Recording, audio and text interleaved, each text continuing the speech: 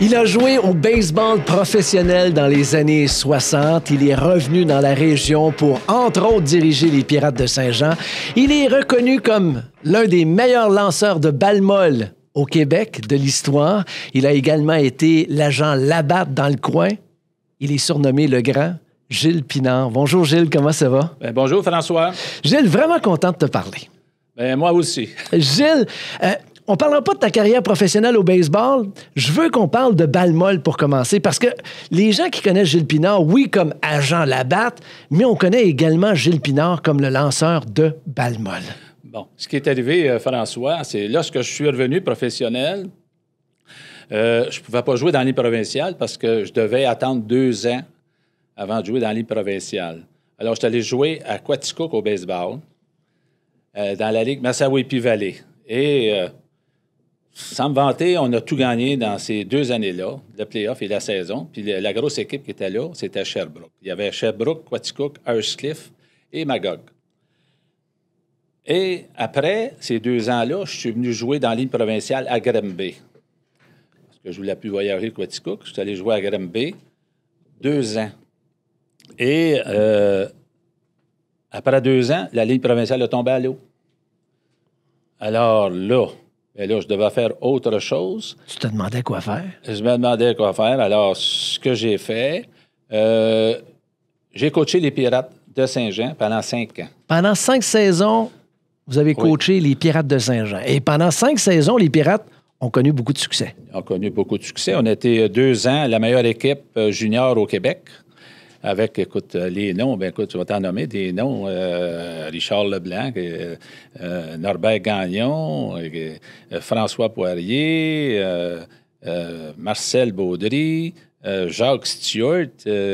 Écoute... L'équipe de rêve? Ah, bien, c'était une équipe de rêve, c'est sûr que... C'était une équipe de rêve, ça. J'ai bien aimé ça. Puis j'étais, faut pas que j'oublie aussi mon instructeur, mon assistant instructeur qui était Normand Labonté. Oui. Qui était au premier but. Normand, il était marié avec la sœur de Claude Raymond, Jocelyne. Quand est-ce que tu as décidé de passer du baseball à la balle molle? Lorsque la Ligue provinciale a tombé à l'eau. OK. Là, tu as dit, il faut que je fasse d'autres choses. Oui. Je vais jouer à balle. Oui, il n'y avait plus de baseball. Là. OK. Alors là, j'ai commencé à lancer à balle molle. Ben là, écoute. C'est pas la même style. C'est pas la même chose pantoute. Il y en a un par-dessus l'épaule, l'autre en dessous. Et comment t'as fait pour t'habituer? Est-ce que tu as eu un mentor qui t'a montré un peu comment lancer à balle molle ou t'as appris par toi-même? Non, il n'y a jamais personne qui m'a montré à jouer à balle molle, à lancer à balle molle, ni à lancer au baseball, en passant. Ah non? Jamais? Non. Aux États-Unis, il n'y a jamais eu un instructeur qui est venu me montrer à lancer, la position, puis tout. J'ai toujours resté le même style. Et à la balle molle, je suis revenu à la balle molle. Écoute, pour moi, la balle, c'était de la balle. Que ce soit balle dure ou balle molle, c'était la même chose pour moi. Là. Est-ce que ça a pris du temps à Gilles Pinard de développer justement ces fameux lancers à la balle molle? Parce que Gilles Pinard lançait à la balle molle contre des lanceurs de ce qu'on appelle de la fastball. Toi, c'était pas nécessairement de la fastball, mais ta balle, elle bougeait quand tu lançais. C'est ça, exact. Écoute, au baseball, tu travailles avec les doigts, naturellement. Ouais. À la balle molle, la même chose. Tu travailles avec les doigts, puis à force de lancer, bien, vient que les effets se font. Moi, j'avais une bonne drop. Et que oui. J'avais une bonne drop, un bon changement de vitesse, une bonne fastball. Alors, c'est sûr que, écoute, j'avais quelque chose pour être le 3 ans meilleur lanceur au Québec. Au Québec? Faut que tu aies quelque chose, naturellement. Ça a bien aidé, ça, mais c'est devenu naturel. Là, ce qui est arrivé, c'est que moi, je jouais à balle molle pour... j'ai commencé à jouer à balle molle pour Mickey à Iberville. Qui était un restaurant fast-food de l'autre côté du pont. Mais là, ce qui est arrivé, c'est que j'étais supérieur aux autres. Alors, ce qui est arrivé, alors j'ai arrêté de jouer à balle molle à Saint-Jean, et c'est là que j'ai parti la Ligue olympique. Là. C'est vrai. Et ça, c'est un phénomène incroyable. 36 clubs. Il y avait 36 équipes. Ouais. Dans combien de divisions? Il y avait le A? 4 divisions. Le A, le B, le C, OK, et puis les débutants. Et puis, en plus aussi, j'ai partenaire de balle molle féminine. OK. Qui est aussi à balle molle avec... il y avait 6 clubs féminins. Alors... Moi, je me rappelle quand j'étais tout petit, ça fait déjà quelques années, d'avoir assisté à un match, la ville de Saint-Jean à la balle molle contre les 4 Chevaliers O'Keeffe. Et le stade Richard Lafontaine était bondé. Eh oui. Il y avait du monde, ça n'a pas de bon sens. C'était l'événement de l'été. Gilles Pinard était le lanceur pour l'équipe locale. Il faut dire que Saint-Jean avait une très, très bonne formation. Mais fait inusité, Gilles Pinard a battu les 4 Chevaliers O'Keeffe. 1-0. Et t'as pas de bonne humeur parce qu'ils ont dit... oui, ils m'ont dit, écoute, le grand, ils ont dit, nous autres, on est ici pour gagner. Ben oui, ben j'ai dit, nous autres, on est quoi? On est des bouffons. C'est eux autres, les bouffons, pourtant. C'est ça. Nous autres, on n'était pas supposés de gagner, mais on a gagné. Et je m'en vais arrêter là parce qu'il y a eu l'affaire de bière là, qui s'est mélangée. Alors, je ne vais pas nommer de nom. Là. Non, mais c'est vrai qu'il y avait une compétition. C'était les 4 Chevaliers O'Keeffe, puis toi, tu travaillais pour la battre. Mais je me rappelle, dans les gradins, les gens s'étaient rangés derrière l'équipe de Saint-Jean. On voulait absolument que l'équipe de Gilles Pinard gagne. Et lorsque l'équipe de Gilles Pinard a gagné 1-0, écoute, c'était la folie furieuse à Saint-Jean. Eh oui. Nous autres, on était très contents.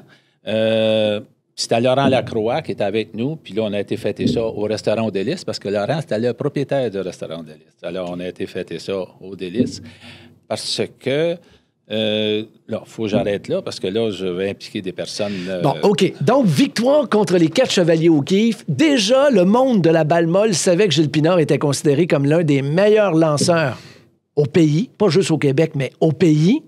Ça, c'est le premier fait saillant de Gilles Pinard. Le deuxième, maintenant.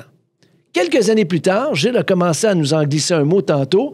On a décidé d'organiser pas un 12 heures, parce qu'il avait déjà lancé des 12 heures. On a décidé de faire un 24 heures.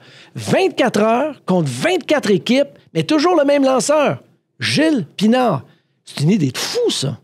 Un club à l'heure.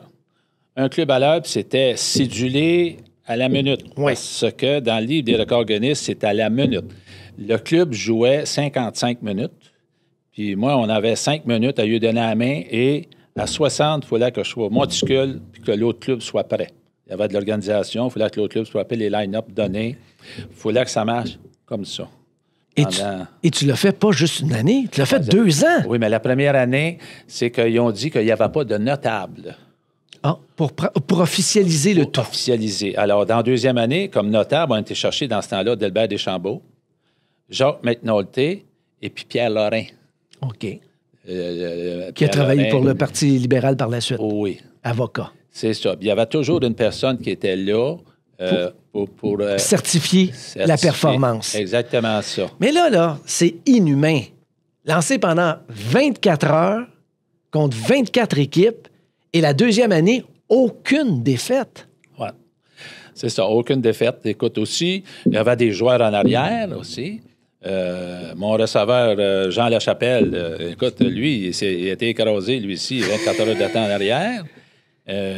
Puis il faut donner, écoute, on avait des bons joueurs comme Richard Leblanc, il venait. Oui. C'était les anciens pirates, dans le fond, oui, presque. C'est ça. Il y en avait beaucoup des anciens pirates. Il y a Pascal Farrell, là. Écoute, il y avait Laurent Bonne Lacroix. équipe, Il y avait... des bons joueurs. Hein, oui. Puis même toi, François, tu as participé. Oui, j'ai participé, mais j'étais là pour encourager, moi.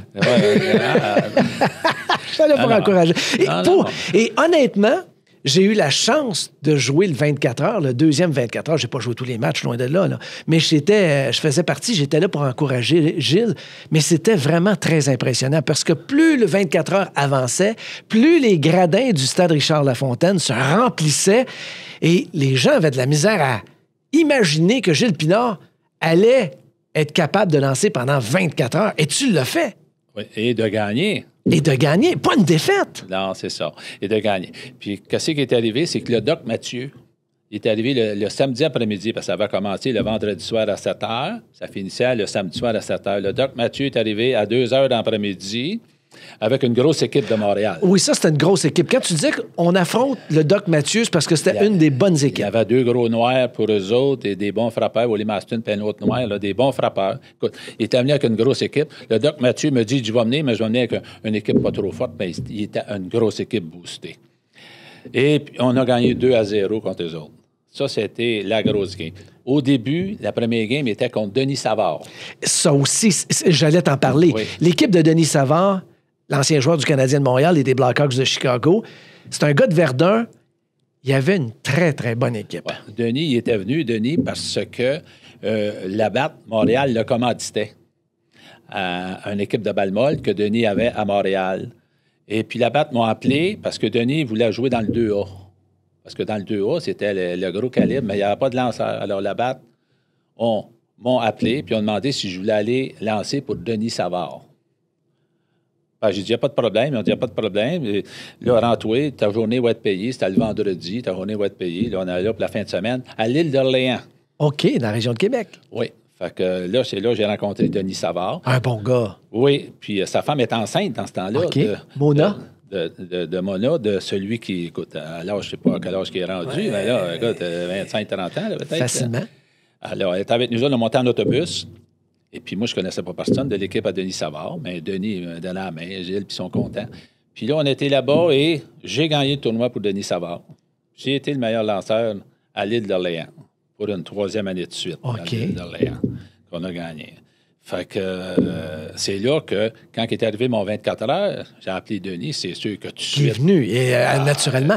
Mais pour revenir aux 24 heures, là, 24 heures, 24 équipes, je le répète, c'est dans le livre du record Guinness, aucune défaite, mais physiquement, là, autant pour toi que ton confrère de travail, Jean Lachapelle, qui était le patron de la BAT ici à Saint-Jean, là, un gars de la région de l'Outaouais qui est venu travailler ici, qui est devenu un de tes meilleurs amis. Eh oui. Autant pour les deux, là, Gilles Pinard et Jean Lachapelle, ça devait être exigeant, incroyable. Il vient m'emmener, là, François. C'est comme un marathon. Il vient m'emmener, là, t'es dans ta bulle, puis t'es concentré, puis tu sens plus ton corps.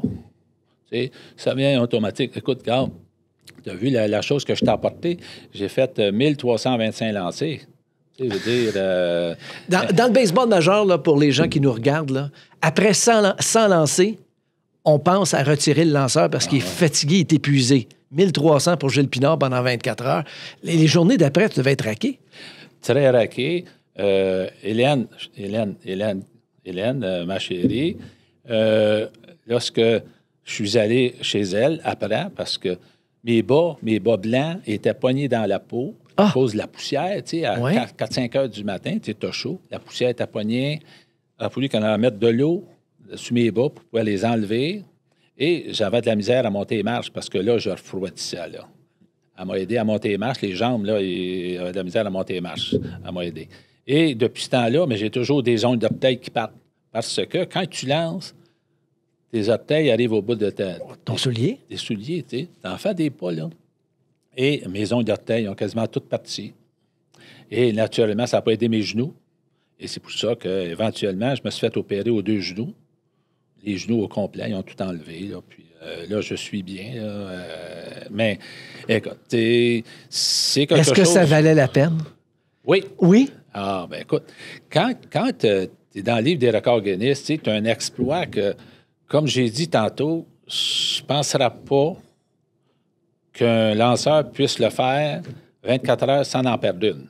De suite contre 24 équipes, parce que chacune des équipes, quand ils sont là, ils veulent te battre. Ils sont là pour gagner, parce que les autres, c'est un exploit pour eux autres de gagner. Je comprends. Tout le monde voulait nous battre. S'il y en a une équipe qui aurait gagné, on aurait dit, nous autres, on en a gagné une. Ouais. On est la seule équipe qui a gagné, tu sais. On a annulé 2 fois 0-0. Une fois contre la Sûreté du Québec, 0-0. Puis une autre fois, je ne peux pas te dire, c'était 0-0. Aussi, il faut regarder là-dedans, j'ai eu 7 buts sur balle en 24 heures. C'est incroyable. Dont une partie à 11 heures, j'ai 4 buts sur balle dans cette game-là. Alors, ça veut dire que j'ai 3 buts sur balle en 23 parties. Tu sais, il vient, faut que tu aies un contrôle. Moi, j'ai trouvé ça drôle, tu sais, parce que je commanditais des 24 heures de bowling. Tu sais, les gars jouaient au bowling, puis j'ai commandité, tu sais, c'était pour des œuvres, parce que moi, j'ai été 3 ans président de la fibrose kystique. Puis pour ramasser de l'argent, les gars, au centre MDA, il y avait des gars qui jouaient 24 heures au bowling. Hey, ils ont dit, sais-tu, là, le grand, là, nous autres, là, on lance la boule, OK, d'un quai, il n'y a pas de retour de balle. Puis même si tu garoches tout croche, c'est pas grave. Tandis que toi, quand tu lances, il y a un frappeur, puis Ben la oui. balle, elle vient vite. Très vite. Tu réponds à ton lancer. Nous autres, au bowling, on répond pas, on garoche, puis même quand il y a n'importe quoi, autant qu'on va faire 24 heures. Mais quand tu lances 24 heures contre 24 équipes avec un gars qui a un bâton des mains, puis une balle que tu lances 5 à 40 pieds, puis moi, quand je la lâchais, je suis rendu quoi? Parce que je suis grand, tu rendu peut-être à 34, 35 pieds. Alors, la balle, elle vient vite. Puis, tu sais, la fatigue, tout rentre là-dedans. Puis, écoute, en fin de compte, ben, c'est ça. Tu sais, quand tu penses à ça, ben, c'est un exploit que je suis content de l'avoir fait. Gilles, on pourrait parler pendant des heures et des heures. Ça a été fort agréable. Merci beaucoup d'avoir jasé de balles comme ça avec moi. Ça m'a rappelé plein de beaux souvenirs. Puis, écoute, au plaisir de se reparler très bientôt. Bien, il n'y a pas de problème, François. Ça me fait plaisir. Merci, Ben, Gilles. merci de ton invitation. Merci, Gilles.